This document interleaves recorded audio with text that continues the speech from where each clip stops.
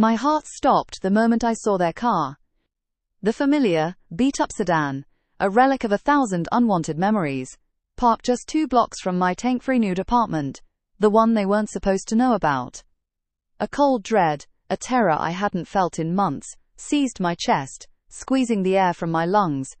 This wasn't just a coincidence, a fleeting benign apparition. This was them. This was the relentless invasion I had fought so desperately to escape, now replaying itself in the quiet, peaceful street I had finally begun to call home. My vision blurred, the world around me fading into a tunnel, all focus narrowing on that single damning vehicle. It was a punch to the gut, a betrayal of the fragile peace I'd meticulously constructed. They had found me, again. Where are you watching from today? Let me know in the comments below, and please, if you connect with stories of finding freedom and setting boundaries, hit that subscribe button. It truly helps.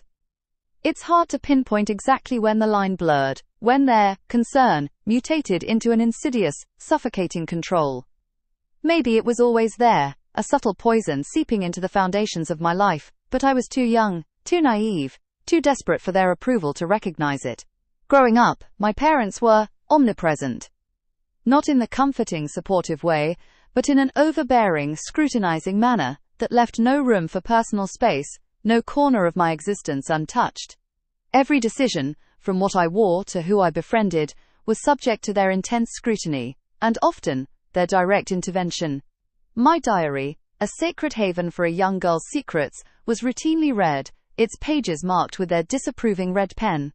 My phone calls were monitored, my internet history checked. They called it keeping me safe. I called it living in a gilded cage. When I finally moved out for college, it felt like escaping a prison. The freedom was intoxicating, overwhelming, but it was short-lived. The calls started, incessant and demanding. They wanted to know my schedule, my friends, my grades, every single detail. If I didn't answer immediately, they would call my roommates, my professors, anyone they could find. They'd show up unannounced, sometimes driving for hours, just to check in, always with a basket of my favorite snacks, laced with a heavy dose of guilt. We just worry, darling. You're so fragile. They broke into my dorm room once, claiming they thought I was sick, because I hadn't returned a call for 2 hours. The university almost expelled me for unauthorized entry, but I covered for them, too afraid of their wrath, too conditioned to protect their image. The shame, the humiliation, burned deep. I was a grown woman, yet I was treated like a child, incapable of independent thought or action. After college, I got my first proper apartment, a tiny, one-bedroom place in a bustling part of the city, miles away from them. I thought, finally, I was truly free.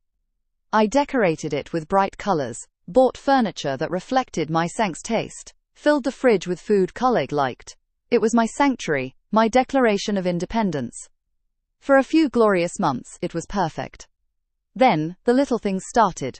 A drawer I swore I'd left open was closed. A book I'd placed on my nightstand was on the coffee table.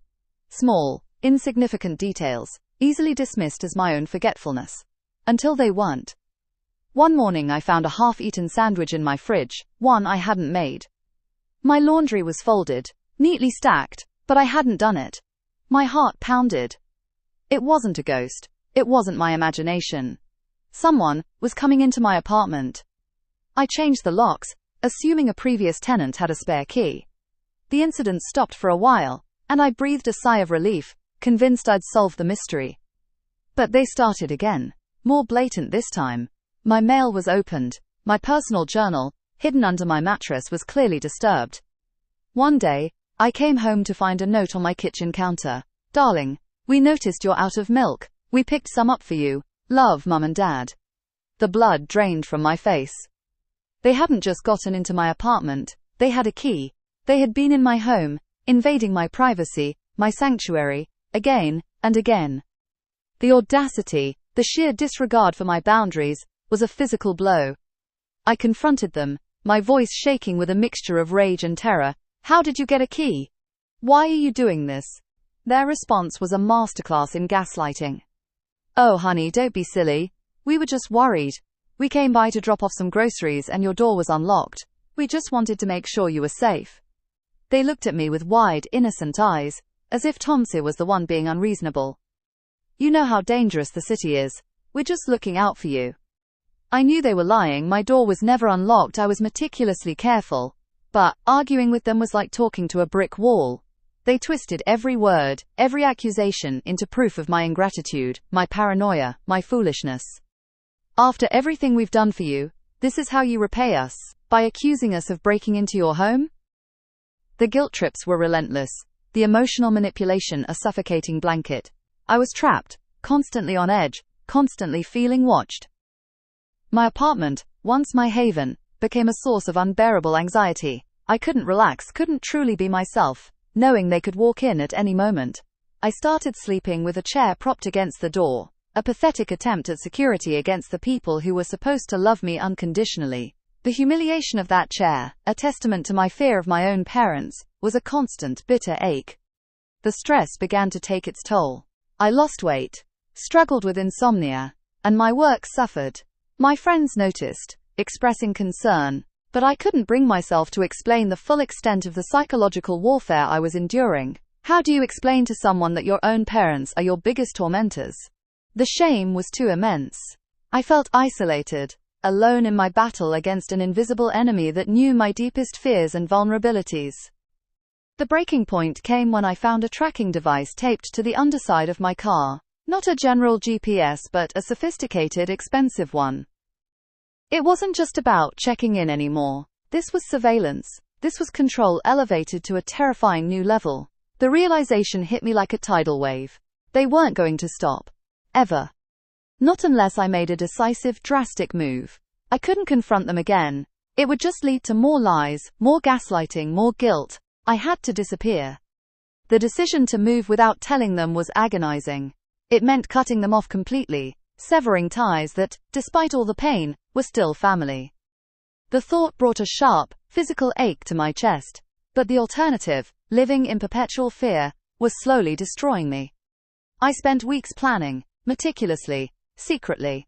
I found a new apartment across town, in a neighborhood I knew they wouldn't frequent. I packed my belongings in secret, smuggling boxes out to a storage unit when they thought I was at work. I changed my phone number, closed my old bank account and opened a new one. I even set up a new email address.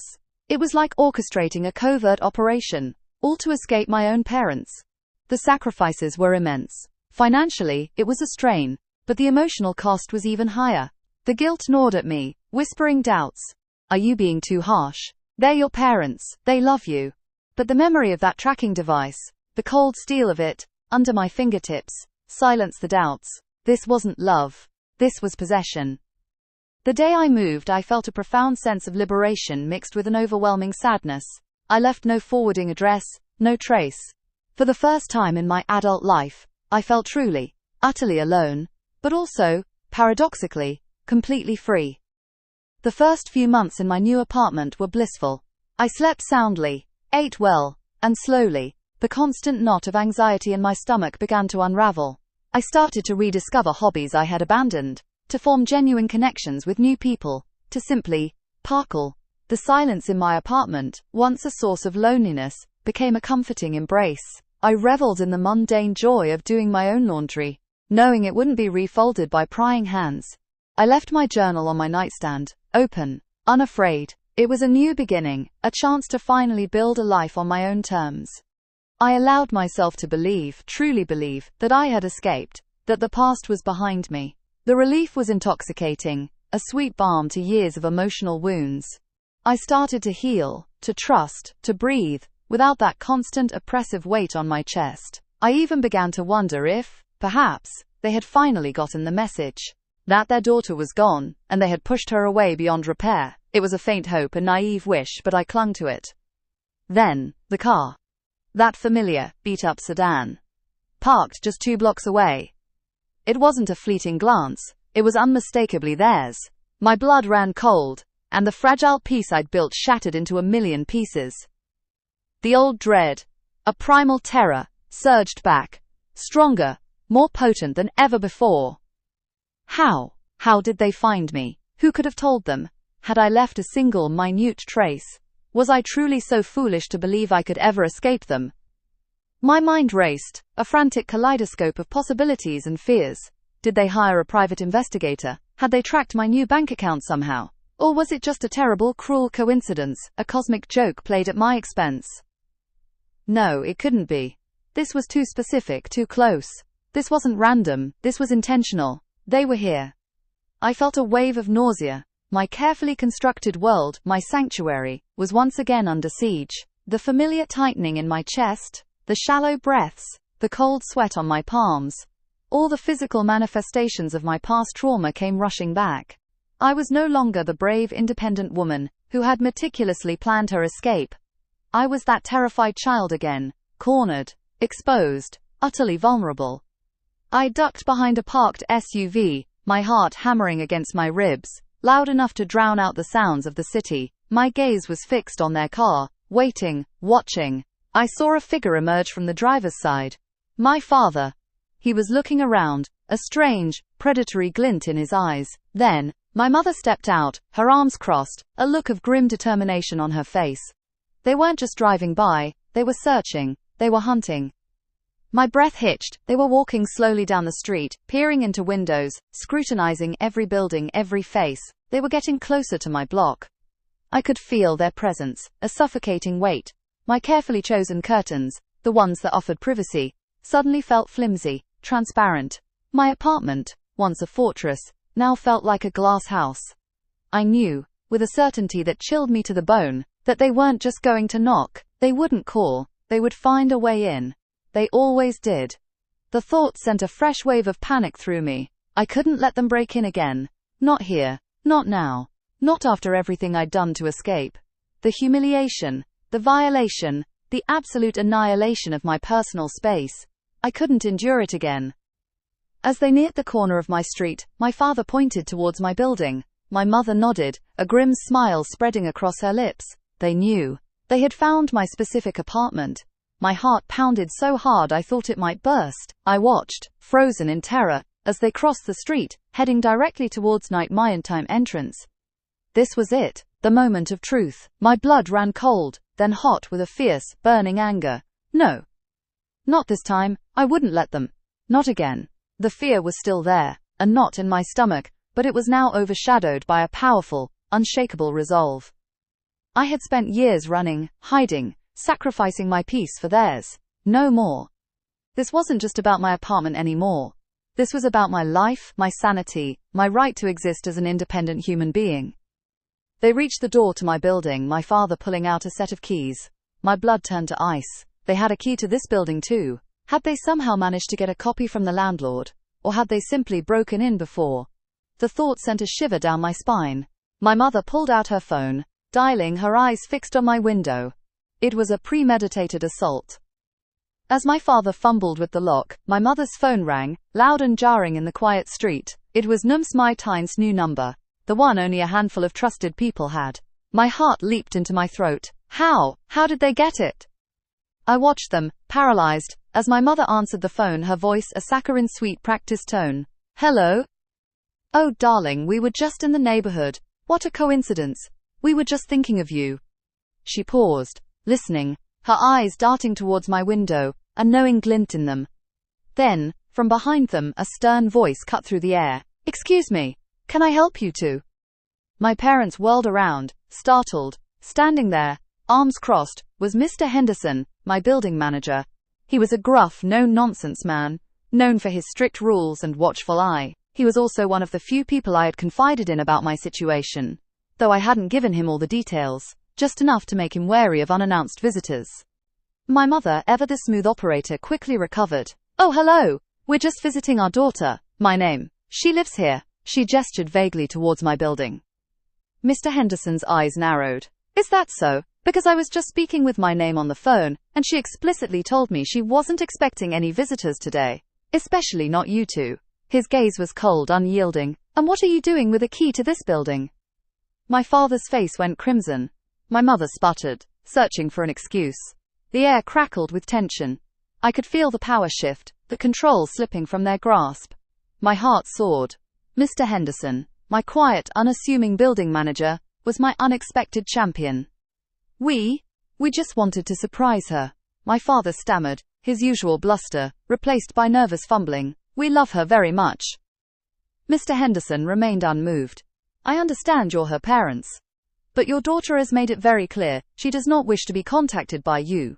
Furthermore, attempting to gain unauthorized access to a tenant's apartment, or the building itself, is a serious offense. You need to leave. Now. Or I will be calling the police. The threat hung in the air, sharp and decisive. My parents, for the first time in my memory, looked utterly defeated.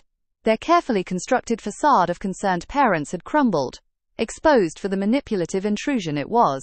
My mother's eyes darted around, searching for a way out, but there was none. Mr. Henderson stood firm, his presence a solid wall between them and me.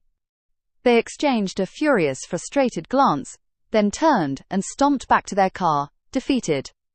As they drove away, their familiar sedan shrinking in the distance, a profound sense of relief washed over me. It wasn't just that they were gone. It was the knowledge that someone else had seen their true colors, had stood up for me, had protected my boundaries. It wasn't just my fight anymore. The confrontation wasn't direct, not with me, but it was just as powerful. It was the justice I had craved, delivered by an unexpected ally. My parents, for the first time, had been truly thwarted, publicly exposed, and faced with genuine consequences beyond my emotional pain. That night, I slept soundly, truly free. The chair was no longer propped against the door, the knot of anxiety was gone.